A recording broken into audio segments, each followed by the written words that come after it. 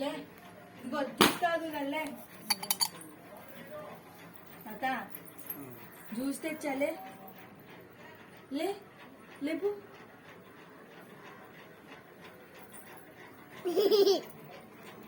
ఇలా అదిగో పిల్ల లేపుతుంది అక్కడ.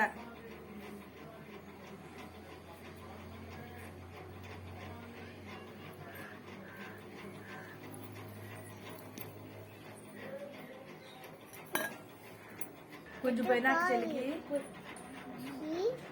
చెత్త నాకు గ్లాస్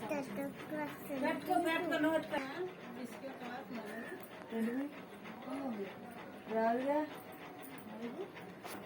తీసుకెళ్ళి అక్కడ ఉంటారు చూస్తారు పిల్లలు.